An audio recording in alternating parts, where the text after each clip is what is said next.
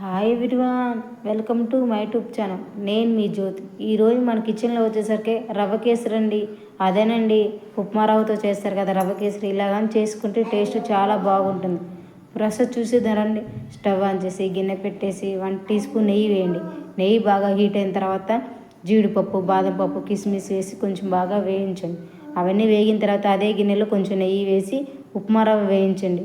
రవ్వ కేసరికి ఉప్మా రవ్వ నెయ్యిలో వేస్తేనే టేస్ట్ చాలా బాగుంటుందండి. కొంచెం ఉప్మా రవ్వ కొంచెం గోల్డ్ కలర్ వచ్చేలాగా వేయించిన తర్వాత ఇంకా పక్కన పెట్టేసేయండి. స్టవ్ ఆన్ చేసి గిన్నె పెట్టేసి 1 గ్లాస్ వాటర్ వేసిన తర్వాత 1/2 గ్లాస్ పాలు వేసుకున్నానండి. పాలు వేసుకుంటే టేస్ట్ చాలా బాగుంటుంది. ఇంకా ప్రసాదంలాగా కూడా ఉంటుంది కదా.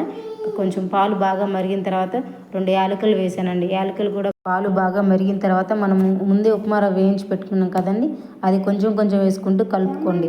ఉప్మా రవ్వ కొంచెం ఆల్మోస్ట్ ఉడికిన తర్వాత ఇంకా పంచదార వేసుకోండి. మీకు తగినంత వేసుకోండి. నేనైతే 2 టీ స్పూన్లు వేసానండి. ఇంకా సరిపోతుంది కదా, ప్రసాదం కాబట్టి కొంచెమే చేశానండి. చూడండి ఎంత బాగా కుదిరింది. లాస్ట్లో కొంచెం పసుపు వేసుకోండి, కలర్ కావాలి. నేనైతే ఏం కలర్ వేయలేదండి, ఇట్లానే చేసుకున్నాను. ఇలా చేసుకుంటే టేస్ట్ బాగుంటుంది. ఇంకా పిల్లలకు కూడా ఇలా అయితే పెట్టచ్చు కదా, కలర్స్ ఎక్కువ ఆడకూడదు కదండి. ఇంకా ప్రసాదం అయిన తర్వాత ఇంకా దేవుడి దగ్గర పెట్టేసి పూజ చేసుకున్నానండి. మీరు కానీ మా ఛానల్ ఫస్ట్ టైం చూస్తే లైక్ చేయండి, షేర్ చేయండి, సబ్స్క్రైబ్ చేయండి friends. Thank you so much watching my video.